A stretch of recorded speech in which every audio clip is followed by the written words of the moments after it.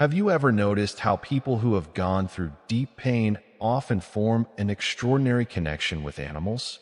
It's not always obvious from the outside, but there's something raw, gentle, and deeply healing about that bond, something that feels almost invisible, yet very real. The way a dog curls up beside someone who has trouble sleeping. The way a cat quietly sits near a person who rarely speaks.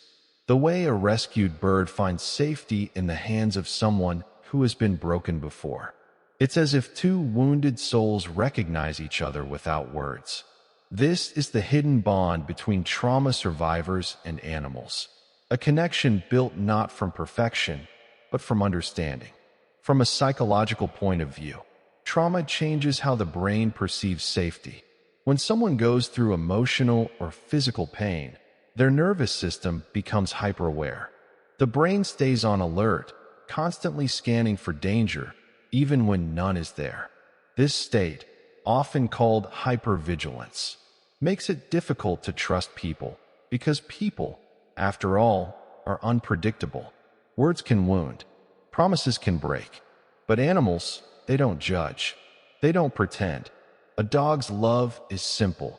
It's in the wag of a tail, the weight of their head resting on your lap. A cat's comfort is in their quiet presence, the rhythmic sound of purring that somehow slows your heartbeat. Animals live in the moment, and for someone whose past is full of pain, that moment can feel like oxygen.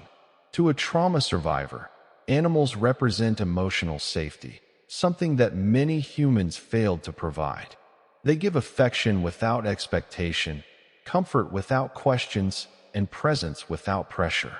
That is why trauma survivors often say, "I trust animals more than people." It's not a rejection of humanity. It's a reflection of how fragile trust has become. But let's look at the other side too. Some people who haven't experienced trauma might not fully understand why that bond feels so intense. They may wonder why someone chooses to spend more time with animals than with other humans, or why their pet seems to take up such a big emotional space. From an outside perspective, it can seem like avoidance, like a person is hiding behind their pet because they're afraid of reconnecting with people. And in some cases, that's true.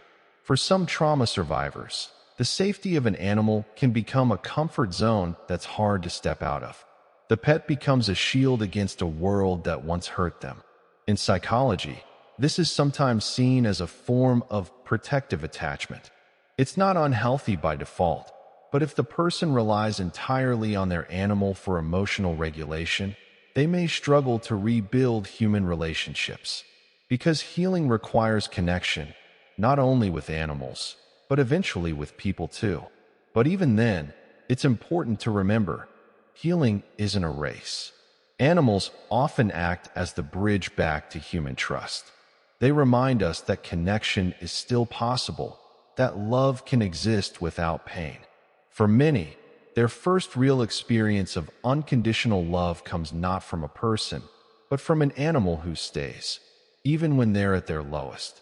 If we go deeper into emotional psychology, this bond taps into something called co-regulation. When a person is near a calm, gentle creature, their nervous system naturally mirrors that calmness. A dog's steady breathing can slow down your own. A cat's rhythmic purring can soothe an anxious heart. This is not imagination, it's science. Studies show that interacting with animals reduces cortisol, the stress hormone, and increases oxytocin, the bonding hormone. In other words, love with an animal doesn't just feel healing. It is healing on a physiological level. But beyond hormones and brain chemistry, there's something spiritual happening too. Animals don't need you to explain your pain. They don't need you to justify your silence. They don't care if you're strong or weak, broken or whole. They simply exist beside you, as if saying, "You don't have to be fixed for me to love you." That's powerful. Because trauma survivors often spend years believing they're too much, too sensitive, too damaged, too complicated. But with an animal, they can simply be. No masks, no judgment, no fear. And yet, there's another truth. animals need us too. Many of them come from pain, neglect, abandonment, abuse. So when a broken person meets a broken creature, something extraordinary happens. It's not a savior story. It's a story of mutual healing. They teach each other what safety feels like again. A survivor learns that their love can still matter. An animal learns that not all hands hurt. It's an unspoken agreement between two souls that say, I see your scars. I have them too. Let's heal together.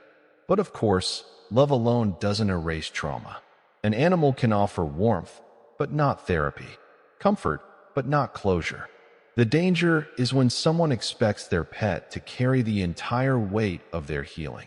Because even though animals are incredible healers, they can't replace human connection or professional support.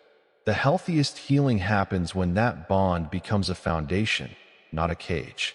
When love for an animal gives someone the courage to start trusting the world again. When a gentle paw or a soft nudge whispers, you're safe now. On the other hand, some people without trauma might feel puzzled or even uncomfortable by the depth of these relationships. They might think, it's just a pet. But to someone who's been through trauma, that just a pet is often the first being that ever offered them unconditional acceptance. It's not obsession, it's gratitude. And for those who haven't experienced deep pain, understanding that can take empathy, not explanation. Because when you've lived through chaos, the simplicity of an animal's love can feel like peace. And when you've known betrayal, loyalty without words can move you to tears.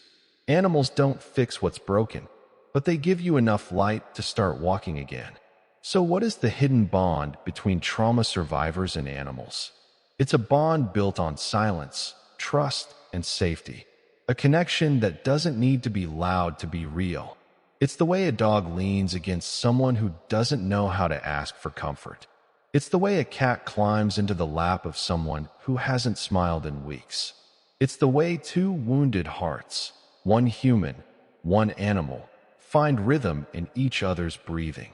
Some people will never fully understand it, and that's okay, because this kind of connection isn't meant to be explained, it's meant to be felt. If you've ever found comfort in your pet during dark times, know this, it's not weakness, it's healing. You allowed yourself to love again, even when trust was hard. You opened your heart, even when it was safer to close it. And maybe, just maybe, that's how true recovery begins, not in talking about pain, but in learning to feel safe in someone's presence again, even if that someone has 4 legs and a tail. You are not strange for feeling closer to animals. You're human, beautifully, deeply human, and your heart recognizes gentleness where it exists. So if you've ever been saved by a pet, rescued by their presence, or simply felt seen in their eyes, hold on to that. Because that bond is real. It's rare. And it's proof that love doesn't need words to heal. Have you ever experienced something like this? Maybe your pet helped you through something heavy. Maybe you rescued them. Or maybe they rescued you. You can share your thoughts in the comments below. Sometimes, your story might be exactly what someone else needs to feel understood today.